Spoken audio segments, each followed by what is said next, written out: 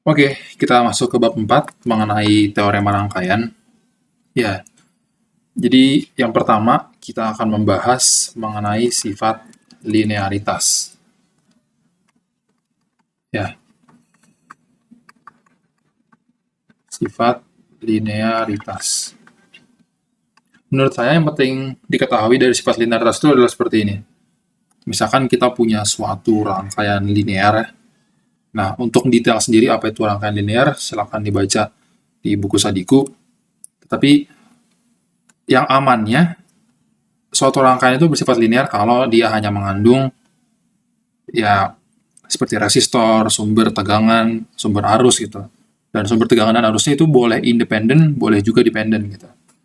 Ya, jadi untuk di part ini sih kebanyakan rangkaian yang di yang disajikan itu, terutama di bagian-bagian awal part ini adalah rangkaian linear.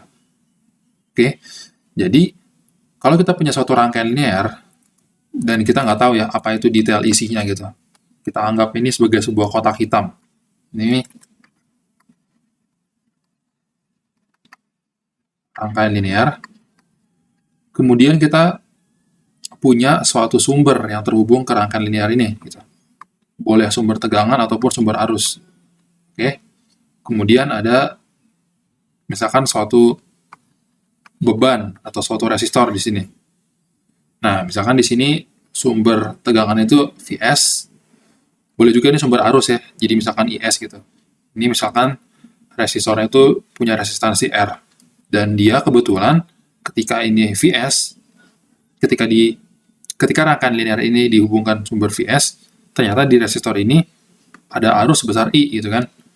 Nah, jadi sifat linearitas ini mengatakan kalau misalkan Vs ini kita ubah gitu, misalkan menjadi kelipatan dari Vs misalkan ya, menjadi 10 kali Vs gitu, nanti I-nya juga akan jadi 10 kali lipat gitu. Kalau Vs-nya kita bikin 1/1000 kali gitu, I-nya juga jadi 1/1000 kali gitu.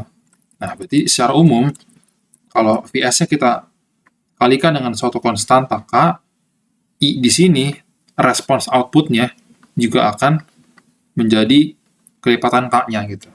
Jadi kalau inputnya kita kalikan dengan faktor K, outputnya juga akan kita kalikan dengan faktor K.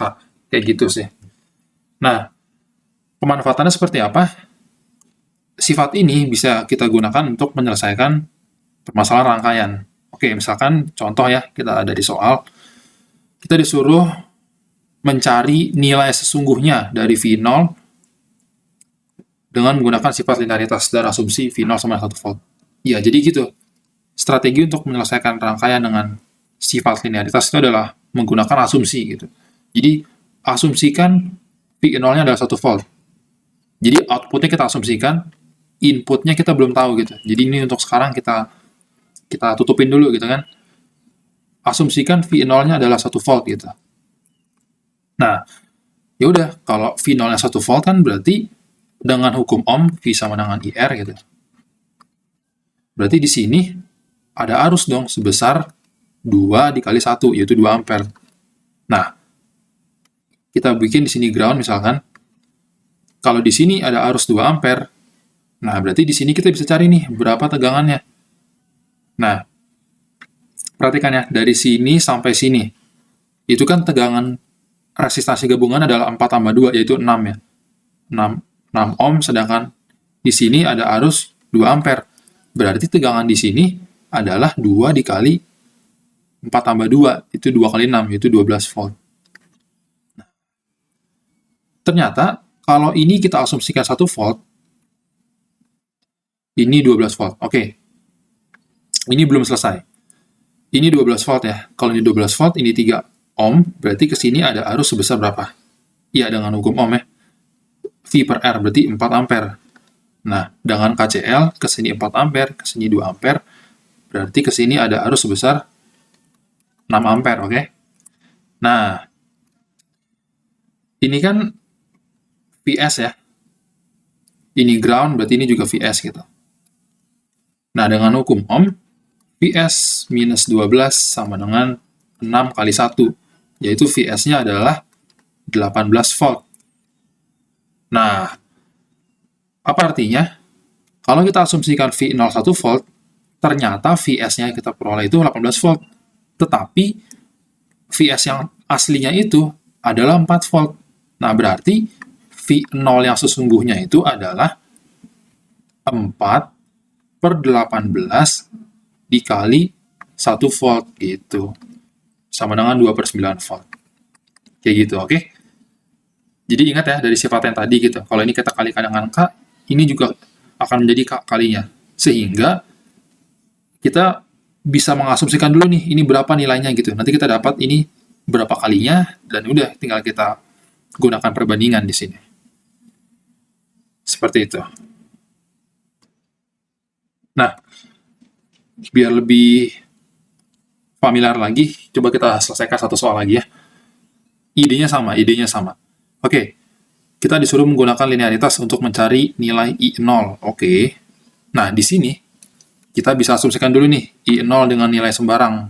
Berapa? Bebas. Boleh 100, boleh 34. Tapi yang gampang kita asumsikan, misalkan I0 itu 1 ampere. Gitu.